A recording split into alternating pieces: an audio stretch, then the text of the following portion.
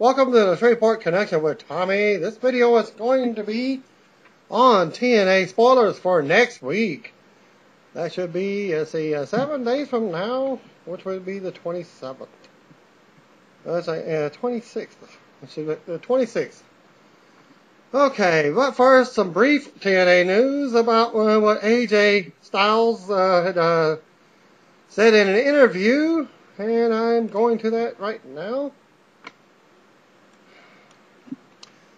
This week, a very special episode of In the Room on WEXP 1600 on the AM stations, AM Philly, and the BradyHicks.com, as Brady Hicks welcomes AJ Styles into the room to talk about the progress TNA has been making, as well as to hype up their appearances at Lockdown this past Sunday's pay-per-view in Nashville, Tennessee. Okay, he was asked about on TNA's youth movement. He says, as it stands, we are definitely in a better place. If we're making new stars, that's what we need to do. We got to build that foundation, and it starts by making new stars. You can't rely on Rob Van Dam and Jeff Hardy and guys like that who have been around for a few years, even himself. As he mentions, even AJ Styles' name for that matter. You have to continue to build new stars to rely on and to keep it fresh. On the development of Bobby Roode and James Storm, I got to tell you, when those two broke up as a tag team, I thought, oh man, that's the worst thing that could ever happen to tag team wrestling. Literally, those guys were they were the best tag team ever. It's crazy what happened with them over time. I can't say that I don't want them. I don't want to see this match happen, because I do. And being in the locker room with guys like Ric Flair, Hogan, Sting, and Kurt Angle, he's quoted by saying, "It's a great thing to have around. If you can soak up as much info as they're putting on, you can only get better with those guys around you. You guys have done a lot in the business. If you can soak up some of that information, the sky's the limit."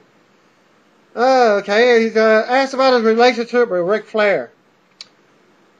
Well, he soaked up so much information from Ric Flair that I realized he's kind of a douchebag.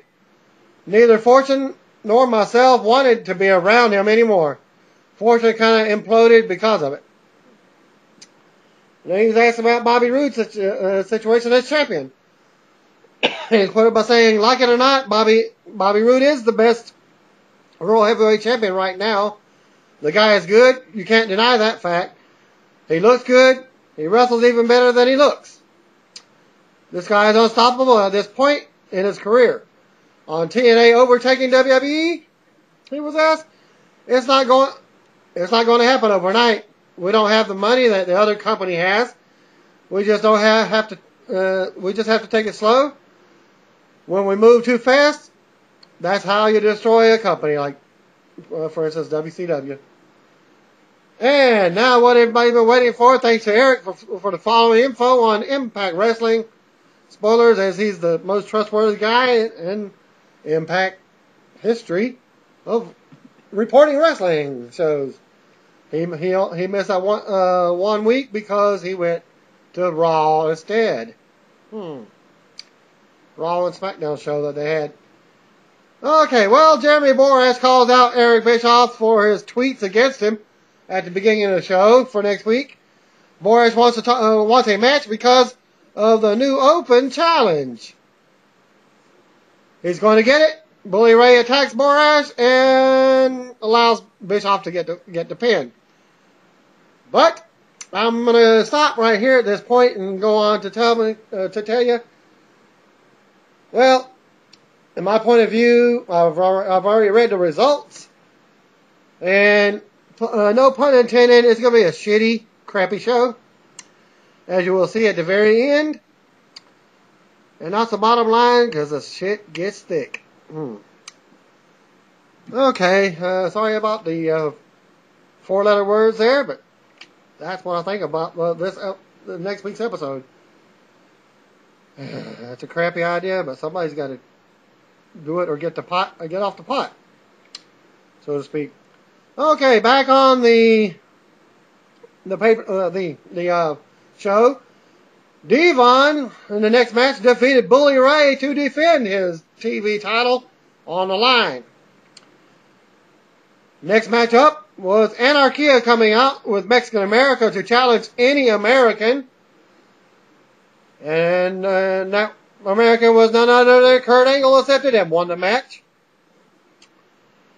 And then Agent Al Snow comes out with an OVW wrestler named Alex Silva. If you've seen tonight's episode of Impact, you've noticed that Hogan made the statement that a new guy would be coming in that has nothing to do with TNA. Well, that was wrong, because OVW is the indie fed and was the training center of TNA Wrestling, or Impact Wrestling. Well, the guy went up against none other than Robbie E. And Al Snow is going to be judging what is now called the Gut Check Challenge. As like I said, Al Snow is a judge, and the ultimate judge is always Hulk Hogan. Well, Robbie E. defeated Alex Silva. Nothing stated about how the match went. Next up was your knockouts match. Brooke Tessmacher comes out and challenges Gail Kim to a match. And she won the right to be the #1 contenders as she pinned Gail Kim in the tag team match they had tonight on the show, on Impact Wrestling. And Gail wins with a non-title roll-up. But actually, the report doesn't say who won. It just says Brooke Tessmacher comes out to challenge Gail Kim to a match. She wins the non-title match with a roll-up. So take it as it may, one of them wins with just a schoolgirl roll-up. Okay, next match was back to your men's. Daniels and Kazarian versus Jeff Hardy versus Mr. Anderson and Magnus. Versus Magnus and Samoa Joe was up next, and it was for the tag titles, but the match was changed. Hogan came out and took Kaz and Daniels out of the match. Well, Magnus and Samoa Joe defeated Jeff Hardy and Mr. Anderson with the tag titles on the line.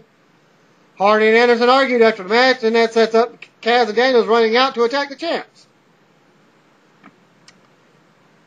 Okay, and your main shitty event, I should say, well, it's not even a wrestling match, because Ric Flair, Eric Bischoff, and their crew come out to end the show and hold Bischoff's farewell party. As announced when Ric Flair on Impact Tonight had mentioned the party, he said, well, certain people were not invited, as it came out during the, it was,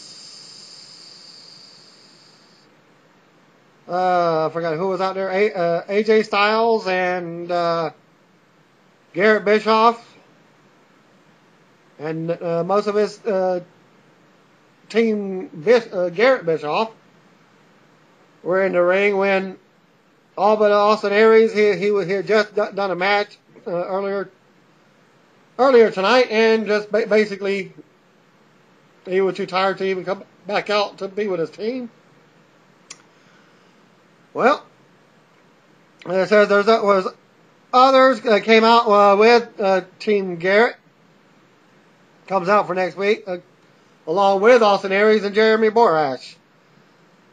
And they brought a porta potty with them. Yeah, you know, not the camping toilet, but the big blue meanie. Yeah, you know, from the construction sites. Yeah, the big blue porta potty. And then the brawl starts from the heel wrestlers, and they shove Jeremy Borash inside of it and push it to the floor. Knock it over. And Impact ends with Bischoff covered in crap from porta potty. So, MGM Studios. They probably got it from the Disneyland Park, Disney World Park, whichever is at Disneyland. Okay, like I said, it's going to be a crappy show. Well, there's the crappy part and the shit. And I bet the fans were sent home the shitty smellings. Well, that ends my rant and raving. Like I said, no pun on the shitty, but it ended up in shit. And there you go. Thanks for viewing. And again, God bless. Have a nice weekend. And the next video will be posted after Monday Night Raw.